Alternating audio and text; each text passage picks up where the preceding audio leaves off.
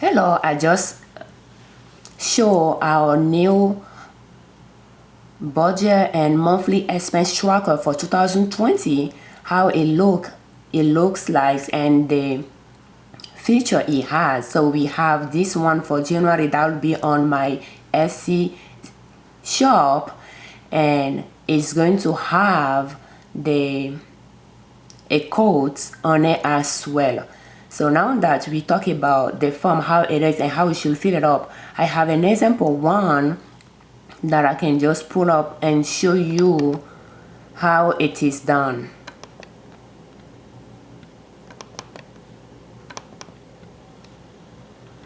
So as you can see here,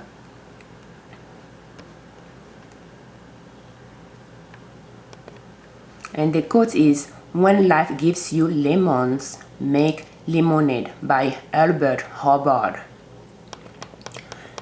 So we have an example for January expenses. So for the income, we budget income for $1,000 for the first 2 weeks and $1,500 for the spouse first 2 weeks as well, and then $1,000 for one of the spouses next 2 weeks and $1,500 for the other spouse then for the next 2 weeks as well.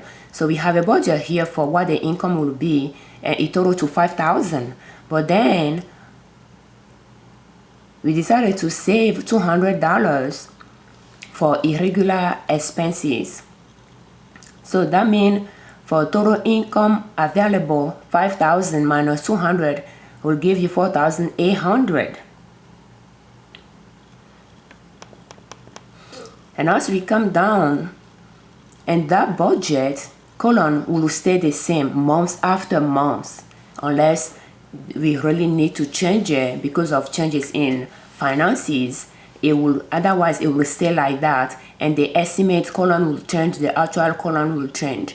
So you can see that the due date mortgage or rent is due 1st of the month, cable, internet the 23rd of the month, phone 22nd of the month, and so forth. The mortgage is estimated at $500, cable, internet 50, phone 30, and we estimated, that's a sample, we estimated all those expenses, and it total, and here we have minimum credit card due for $100, and the total fixed income from mortgage to minimum debt payment is $1,500 budget for the month. So in this sample, we decided that, we'll pay extra to our mortgage principal. So we estimated $2,500 to go toward that, and a credit card payment to pay off quickly, extra $800 will go toward that as well. And as we go down our variable expenses from mortgage extra to extra debt credit cards, we have $3,300 budgeted. So the total cost, fixed cost plus variable expenses, total to $4,800. So we don't have anything in investment, and the balance, which is the income available of $4,800 minus the total cost, $4,800, and that's zero. And that column for the budget will stay like that. Now we have estimate for the month of January. So estimate, pretty much what you estimate the income to be for January, you'll put it under estimate, and here we have the same dollar amount that total to $5,000, and we estimated saving to be $50.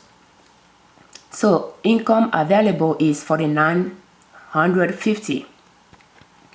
And now you can go, and now when you go down, you have estimates for every one of those columns here, and some of them stay the same and some of them change, like electricity and water change from 100 to 70 for the month of January, while in this sample we estimate that we might pay gas utility gas $50 and $70 for electricity and water.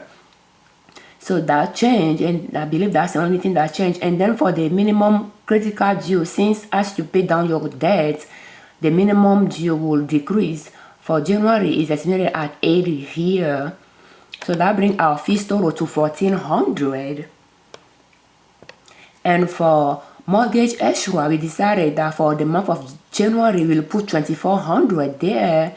And for irregular expenses, well, there might be an expense that will cost $150, and by $150. So that means the reason why we have 50 up here is because 200 minus 150 gave us 50. And as we go down, we have credit card that we decided to pay extra $900. That brings our total variable expenses to $3,450.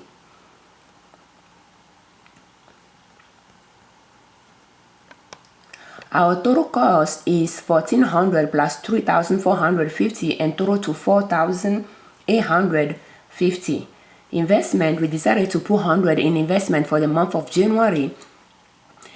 So our income available, which is $4,950 minus $4,850 total cost, and minus $100 give us $0. Your balance doesn't have to be $0, but you can make it a $0 balance budget as well. Otherwise, if you have an excess, you can decide whether to put it in the saving or not. And now that we fill up our estimate, estimate column should be done before you receive your income. The actual will be the amount that you get paid. If you get paid twice a week, then when you get paid, you fill up this column as you receive your income. And for the actual combined income is $5,300, which is a little bit different from the estimate. And we still believe that we might need $150 in irregular expenses. So that decreased our $200 saving to $50 right here for actual. So the difference between $5,300 and $50 is $5,250 for income available. And as you pay the bill for January, you'll be putting it down. So here we have actual mortgage minimum. We put 50 here.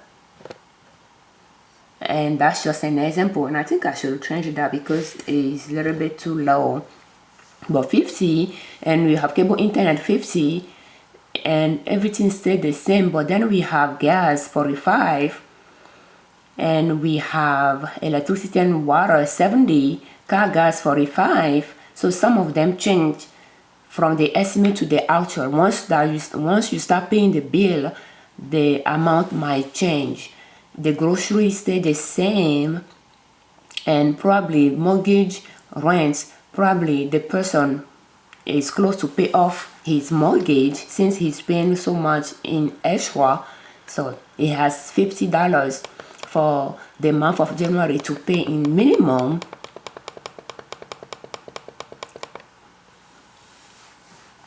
But then here we have $940 for the total column, and mortgage extra, well, $2,400 here. I might probably change the example or just leave it like that as well. And you can see for irregular expenses, we have $150 that we actually spent there. And for credit card extra, we have $1,660. And for variable expenses, we have $4,210 for those total. And total cost will be $940 plus $4,210, and that total to $5,150 minus investment. When we take the income available, which is $5,250 minus the total cost of $5,150 and minus investment $100, we have a $0 balance here. And as you can see, the next column, which is year-to-date cost, is throwing the cost from the actual colon, and since that's the month of January, that will be the same. And I can show you an example of the expense, irregular expenses as well, and is an example, a sample for the whole year for you to see how it looks like.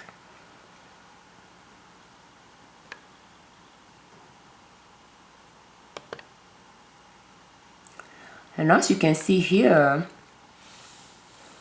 you'll total, if we go down a little bit, you'll see that we have kids education, home maintenance, home car insurance, car repair, entertainment, tax preparation fee, and so forth, all the way down. Those are budget, and it total to 4,131.50 divided by 12 give us 3,344.29, and that's the budget for the year divided by 12. So we put it back here on top here, and that's what we decided to save every month. And as you can see, year-to-date cost will be the total from those first 6 months. That will be here. And as you save $350 every single month, or whatever you decided to save, you'll put it in the row, on the row here, and the expenses throughout the month, throughout the year will be in this section. The actual will be in this section, and the bottom will be the total for the whole month, that specific column, the total, and the balance. You'll see that here we have balance. Here we have monthly saving budget by year total divided by 12 divided by 12, and then we have balance. The balance is for this, for the actual, so that would be the amount you save that we have on top here, that 350 minus whatever expenses you pay for, the amount 278.33. So that gave us a balance of 71.67, and that's the balance here that you could put on your main expense or your main tracker sheet as well. And those two sheets are now, you'll notice that the irregular expenses has sample for the whole year to show you how it's done. So it's a little bit different. The dollars amount there are different for the amount saved compared to the one on the main tracker sheet. And here you have July through December, the same thing for irregular expenses as well. And year to date will be the total cost. I believe here is totaling from July to December, but it should be the total cost for the whole year by taking the year-to-date cost from this first 6 months plus all the expenses from the last 6 months, and that should be here, and will give you how much you spent throughout the year on those irregular expenses. That's how you use our budget tracker, budget and expense tracker, and it will be in my Etsy shop.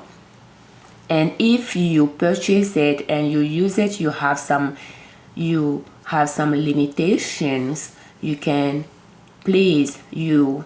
I'll appreciate it if you can comment on our YouTube channels to help us improve the sheet to meet your need better.